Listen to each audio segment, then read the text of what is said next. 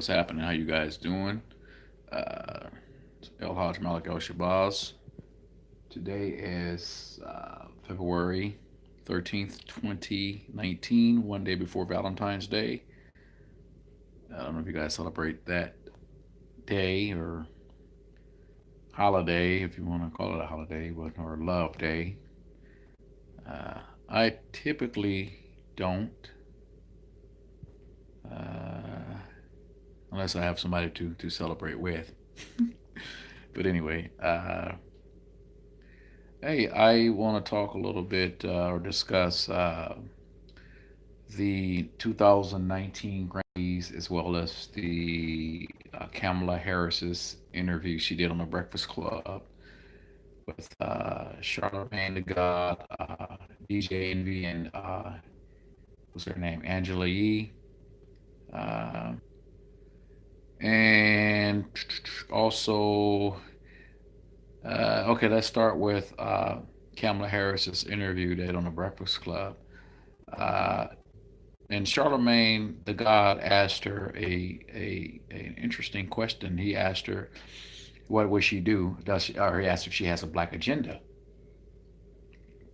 and she stated yes, she did, that she does have a black agenda, and she talked about some of the things that she's focusing on. You know, things that she believed that she could do that would help African Americans or Black Americans in this country. Also, I want to also bring this up because he asked her what would she do for Black Americans because and he said because Barack Obama, he hasn't done anything or enough for Black Americans, and her response was, Kamala Harris's response was, yes, well, not every candidate can really, they can never do enough. And in my eyes, to be honest with you, I don't think Barack Obama has done enough for Black Americans as much as he has done for others like the LGBTQ community, immigration, Jews, you know, and feminists, white females. Overall, he hasn't really done anything in my book. He hasn't done enough, nearly enough for African Americans or Black Americans. But yeah, she said that, yeah, I mean, no candidate could really do enough, because once you become the president of the United States, you are the president of all the people, and I understand that. But and also she discussed how Barack Obama was instrumental in terms of the reforming the criminal justice system when he passed this, the law of the crack cocaine verse to the cocaine or the crack cocaine or the rock to the powder to get the mandatory sentencing guidelines. Because there was a time whereas you get caught with rock cocaine, you will get more time in prison versus if you would get caught with powder cocaine, and more black folks or the brothers or the sisters that were in prison for crack cocaine, they were blacks, and a lot of white boys were in possession of powder cocaine, and they would not get nearly as much time as a black person that possessed crack cocaine. So there was some disparity there. It was racially motivated. So she said that Barack Obama basically passed the law, which I think he did. Yeah, he did. That got a lot of people out of jail. Those who were convicted of crack cocaine possession, uh, which is cool. But he could have done more. He could have done more because if you one of your I understand that's one of your main goals, or believe that would help African Americans. That's a platform you're running on. That's good, but uh, it that the crack cocaine epidemic uh, did not affect all Black Americans, and this criminal reform or reform the criminal justice system It does help us out as a black people, but we need more than that. We need more than that because not all black people are criminals. We're all not criminals. We're not thugs, and so it's cool. Yeah, make some changes because the racism prevails in this country, and black folks are targeted more than any other group in this country. Uh, Whereas white people, white criminals that are engaged in illicit activities, they usually they get a slap on the wrist. Let's call it what it is. It's reality, or as in terms of like probation, or if they do any time at all, very little amounts of time and probation, or a lot of cases, many of them are given probation and allowed to they have to go to treatment, do some type of treatment, complete some type of mandated treatment program, and once upon completing that, their records are clean or or sponged. But for black folks, that's a different story. So yeah, that's cool that that is one of the platforms she's running on to reform the criminal justice system, which is cool. But we need more than that. We need tangibles, man. Like reparations. Land grants. And then she also discussed HBCU. She said she wants to increase the funding to HBCUs. That is like a platitude or political platitude that a lot of these are talking points that many of these candidates, that is something they all run on, that they always bring up HBCUs, which is cool. It's cool. Yeah, it's cool, to give funding to black universities and all that. But as we know, a lot of all these black universities are controlled by white figureheads. Just because they say they're historically black colleges and universities, they are ran by white folks. They're subsidized or financed by white monies. So, but like I said, we need more than that. We need more than fundings and increased fundings for HBCUs. We need more than that. And she also discussed the maternal mortality amongst black females. She said that black females have a higher maternity mortality rate, and which is that's a good thing that she's going to increase the funding, uh, and for that to prevent more black women from dying during childbirth, which is good. I think she should. That's good. I'm in support of that.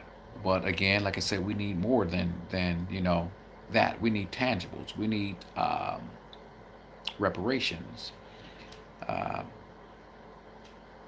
it's like there's all this money that goes to other groups of people, but not enough. There's never enough when it comes to taking care of America's black children.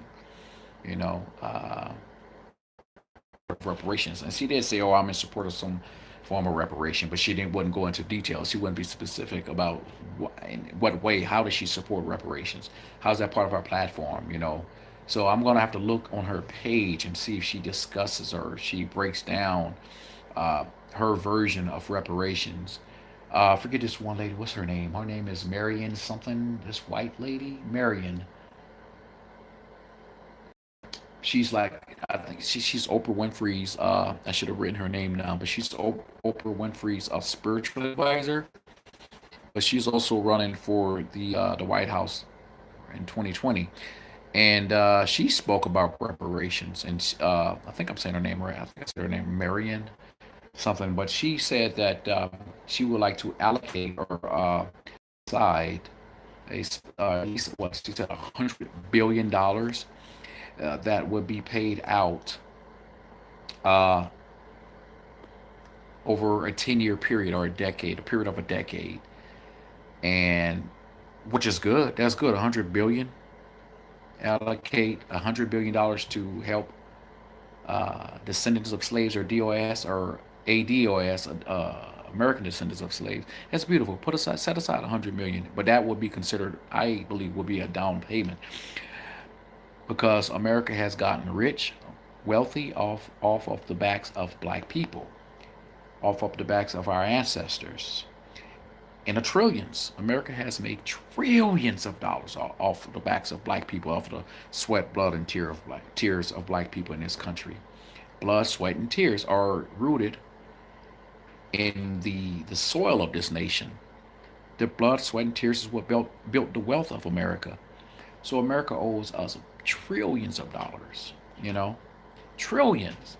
And America's still benefiting from black folks to this day. America's still becoming wealthier off of black people in America. White black people all over the world, with colonialism and America's hegemony or whatnot, the robbing of to this day Africa of her natural resources, the prison industrial complex here in America, where America unjustifiably lock up a huge, a great amount of black people, you know, uh, unjustifiably. I mean, even if they commit even some of the most minor of crimes or minor crimes, they are still locked up and for a long time.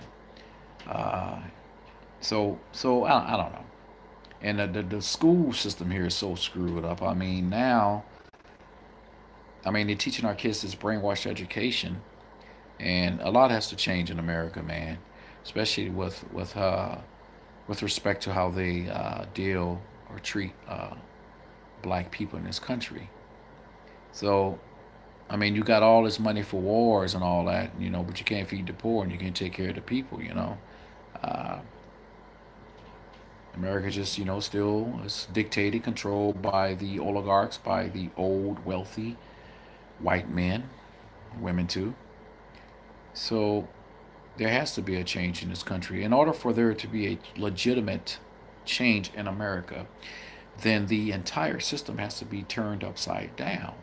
The entire system has to be turned upside down. And I don't see that happening anytime soon, you know, because any person that they put into office, white or black, into the White House or into Congress or in any position of political power, they are controlled by the wealthy, by those who control the prison industrial complex, those who are in control of the military industrial complex, and like I say, white folks, particularly older white men and women, but mainly white men, old ass white men, whom are very, very racist. So I don't know if you guys know this brother by the name of Tariq Nasheed, but he talks about. You can find him on YouTube, Tariq Nasheed. He's the brother that created the franchise, the Hidden Color franchise, and he also recently came out with the documentary, the 1804 documentary. It speaks in depth about the Haitian Revolution of 1804. He did a documentary about the Haitian Revolution 2 years ago, back in 2017 or 2018. 2018, a little over a year ago. He did a documentary, and I went to see the movie, and it was a great movie. But I digress. I got off track a little bit. But anyway, yeah, Tariq himself, he discusses.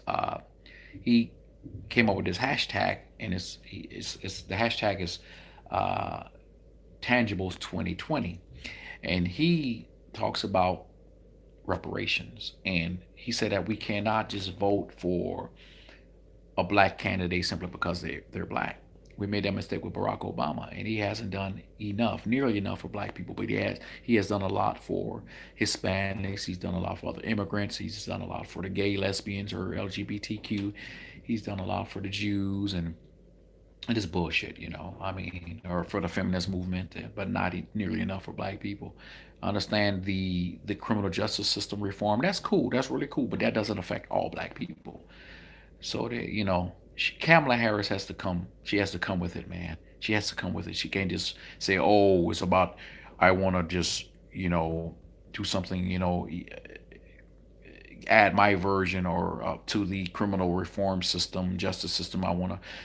Because it's in need of more reform. Yes, indeed it is. There needs to be more reform. And it goes beyond the HBCU, the funding more monies for the HBCUs and all that. We need land. We need more business grants. I ain't saying loans, but business grants.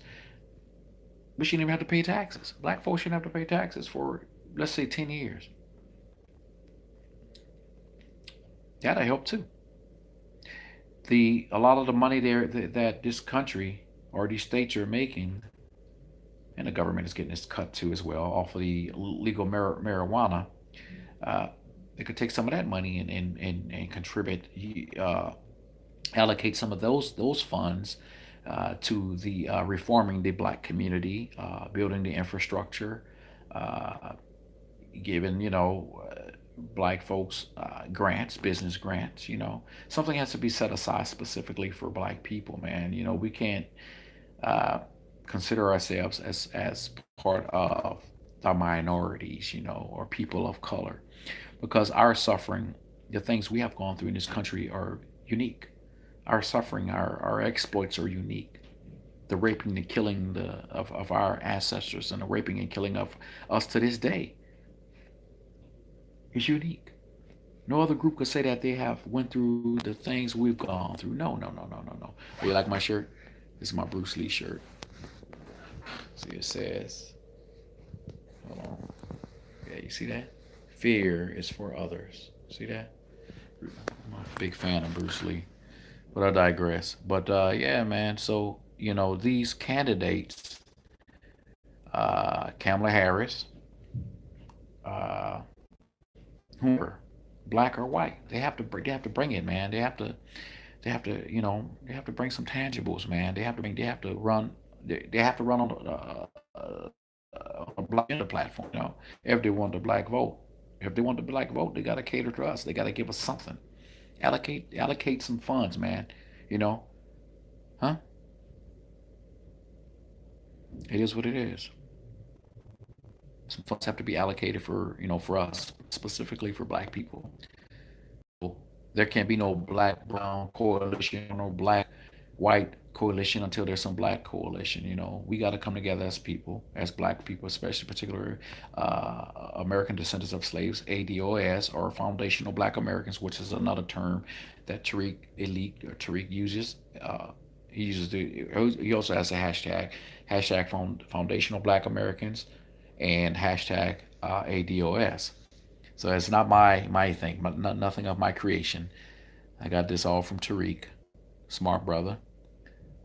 Uh, yeah, he said that the tangibles, man, they have to bring the funk, they have to bring the reality. They want the black vote, then they have to cater to us. They have to give us something. They have to give us something with.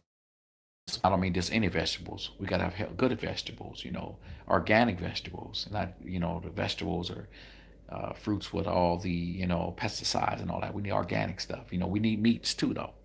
You know, because we're not vegetarians. We need some meat, healthy meat.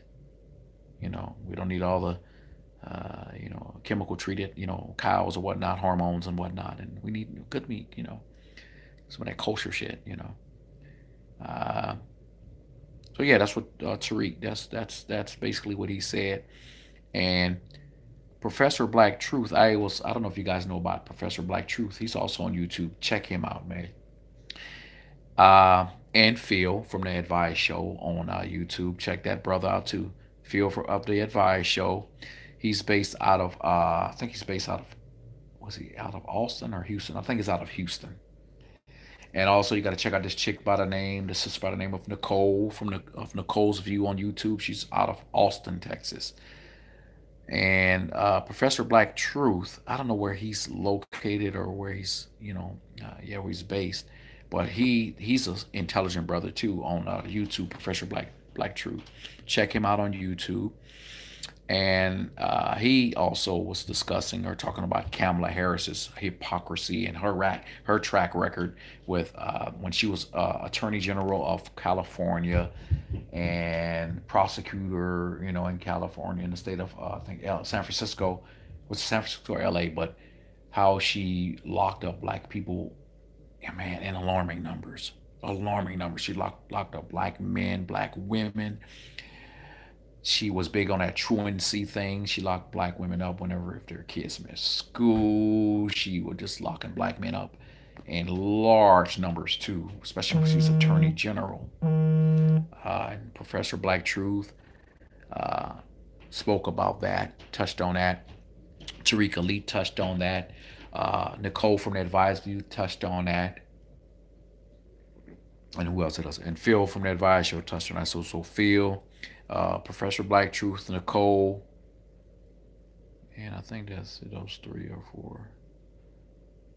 So Nicole, Phil, Professor, and Tariq. Yeah. Uh, but yeah, Kamala Harris has a very, very, very, very disturbing track record in politics and how she deals with black people. And man, she was just caught off. She was just basically caught in a lie. She said that she listened to Tupac and Snoop Dogg when she graduated from college back in 85, 86. Because she's trying to get that black vote, by pretending to be real up and down and Afrocentric, what in reality, in actual reality, she does not. She don't care for black people. But anyway, she said that she listened to Snoop Dogg and Tupac back in '86 when she graduated, because she said that she smoked weed when she was in college. And she said the music she used to listen to, like I said, was hip hop. She listened to Tupac and Biggie back then. I mean, Tupac and Snoop back in '86 when she graduated. Tupac and Biggie didn't come out. I mean, Tupac and Snoop didn't come out until what, like the early '90s, like '93, '94. And you were listening to Tupac and Snoop Dogg back in '86, '85, '86. Kamala, come on, stop it, stop it. You're calling a lie. Just same as like when this she was dancing and listening to this Cardi B song. The woman is so much out of touch. She's out of touch when it comes to black society. You know, she don't really consider herself black. She really don't. I think her father is Jamaican and her mother is Indian. She don't relate to the black community. She graduated, I guess, from a HBCU institution, but come on, man. So she was caught in that lie. Tupac, Snoop didn't come out until like 92, 93, 90. Come on, man. Come on. Come on. But back in 85, 86, you listen to Tupac and Snoop Dogg. Kamala? Yeah, whatever. Um, yeah, whatever. Uh, so anyone who's who hopes or wishes to get the black vote have to. I'm looking down at some notes and stuff. So anyone who, like I say, if anyone wants the black vote, they want to rock the boat, they got to cater to us, man. If they want the black folks to rock the vote, then they got to cater to us. Okay. Oh yeah. Now the Grammys. Professor Black Truth, the brother I mentioned to you earlier, he's a YouTube sensation. Check him out, man. Professor Black Truth. And then you also have what's that other brother's name? We got Professor Black Truth and the Black Authority. Check him out too. Powerful, man. Powerful brothers. Oh my God, so powerful. Check them brothers out. But uh, Professor Black Truth was talking about the Grammys. I watched his show on YouTube this morning while I was working out. I was doing my little light lifting. Today was my light lifting and cardio. But and he was talking about the Grammys, and he was talking about cultural appropriation or culture vultures, if you will. And everyone knows this is Black History Month, right? And he talked about how J Lo was honored, how J Lo was allowed, given the honor, if you want to call it that, to basically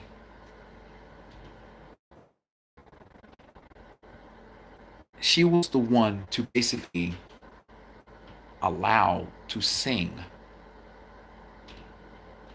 a multi hit.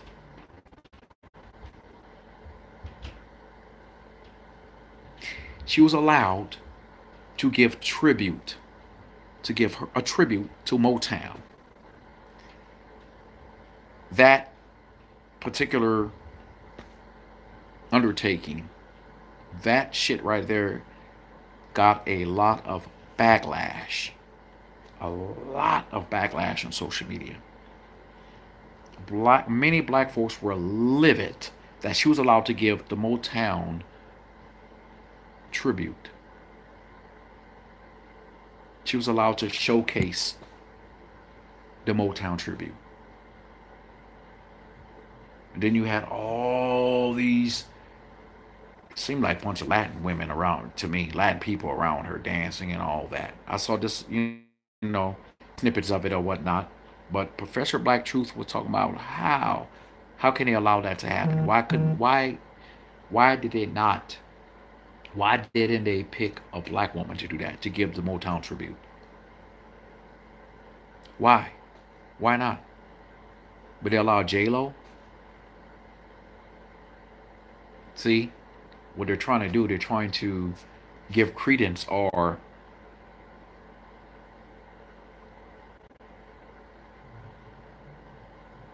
see, they've been pushing this black brown alliance buffoonery or foolishness for some time now. And as you know, a lot of, now I'm not gonna say all brown brothers and sisters, Latinas or Latinos or Hispanics. I'm not gonna say all of them hate us, but too many of them do. They do not like black people. They don't like black. They don't like black Americans or black people. Period. Many of these Latinas or Latinos or Latins or Hispanics do not recognize. They would acknowledge. I'm sorry, cut off. There was a brief technical glitch there, but like I was saying, they are quick to acknowledge Hispanics. Many of them, not all, but many, they are quick to acknowledge their Spaniard or Spanish heritage or their Indian heritage, but they strategically or methodically go out of their way. I know, I know many Hispanics. I know some Colombians, you know, some Argentinians, some Puerto Ricans, Dominicans. I've dated some Dominican chicks before, Colombian chicks before, and a lot of them, and a lot of their folks, a lot of their relatives were against some of these women dating me. Some of these Hispanic chicks, they were totally against their daughters, their cousins or sisters dating a black man. That was back in the day. Not saying that I always love my black women. Always love my black women. This was back in my younger days, though. Women, it doesn't matter if you white, black, Asian, Hispanic. I just dated women, but now I prefer black women. Not saying I wouldn't mess with a Hispanic woman or an Asian woman or whatnot, but I would really go for my black women first because black women are the greatest. Black women are y'all the shit, man. Black women are the shit. They're the greatest, man. They're the most envious, most hated women on the planet Earth. Same as black men, the most envious, the most envied. I'm gonna say envious, most envied people on Earth. Black people are the most envied people on Earth. Whether you're male or female, the most envied. Uh, but yeah, they're a lot of these Hispanic mothers, mostly fathers or uncles, did not want their female family member or members to date a black man, me. And a lot of them, he's like, oh, we're down with, hey, let's. And I like, there's some cool ones though. When the shit hits the fan, man, a lot of them are team white supremacy. A lot of Hispanics are team white supremacy. Let's keep it 100. Let's keep it 100. I'm not shitting trying to shit on anybody. Let's keep it 100. Black folks, we have to realize that we're really in this shit by ourselves. We have no allies. So this black brown alliance, I'm not really down with that shit. You know, a lot of people come into the black community, try to come into our culture and try to be cool with us and get close to us and learn all they can, and then you know, they get into R&B and pop and jazz and all that. All that's black music, man. Was created by black people. Jazz, New Orleans, the blues. That's all black shit, black music, black genre. R&B, hip hop. But everybody want to come in and take something, steal, learn, and then go back. That's cultural appropriation. There are a lot of culture vultures out there. And I cannot stand it when I see black folks, some black folks, that are real cool with that shit. Allowing people to come on in and then they want to teach them everything. What the fuck you teaching these people about your everything about your culture? I understand teach them a little something, but learn from them too. If I'm going to teach you something about my culture, I'm learning about your culture as well. And if you could use what you've learned from me for your benefit, for your financial benefit, then you should be in agreement and be cool with me using the things I've learned from you about your culture, and I use that for my financial benefit. Then you should be cool with that. So if we're gonna teach people shit about our culture, we got to learn about their culture too. And if they could use whatever we teach them for their financial benefit, then we got to use what they teach us about their culture for our financial benefit as well. So that's all I want to talk about. I didn't want to, really talk too damn much. I overdid it. I'm at the almost a 33-minute mark.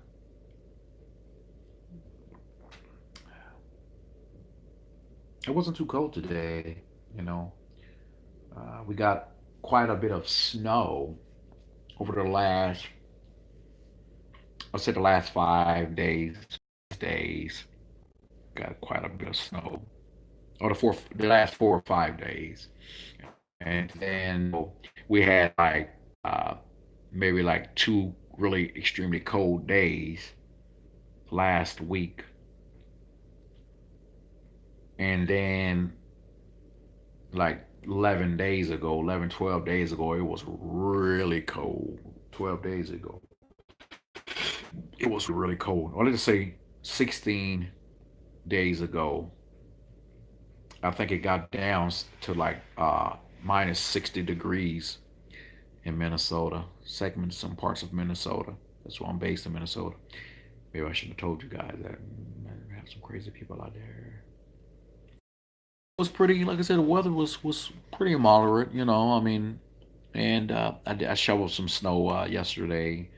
I needed to do that. I think, like I said, over the last 4 or 5 days, I believe we got up to it 2 feet of at least or more, probably more than 2 feet of snow in some areas. 3 feet of snow. Yeah, some areas even more than 3 feet of snow. And I had to help this young lady. She got stuck in the snow. Yeah, that was probably about 4 days, 4 or 5 days ago. I had to pour her out of the snow, and there were so many people, man, that they just drove by. They didn't even stop to help the young lady. And she's a pretty girl, a very beautiful young lady. And that ain't why I helped her because she was beauty based on her beauty, her physical attributes. I already planned on helping her, you know, 2 blocks before I even got there because I was walking. I was walking to the store. Sometimes I love to walk. It was snowing that day too, like 4 or 5 days ago, 4 days ago, and I was on my way to the store, walking 8 minutes, the most. But in the snow a little bit longer, maybe 10 minutes, because you got to walk through all the snow. But anyway, as while I was walking, I noticed I saw her trying to dig her car out. She was stuck in like in it's like this snowbank.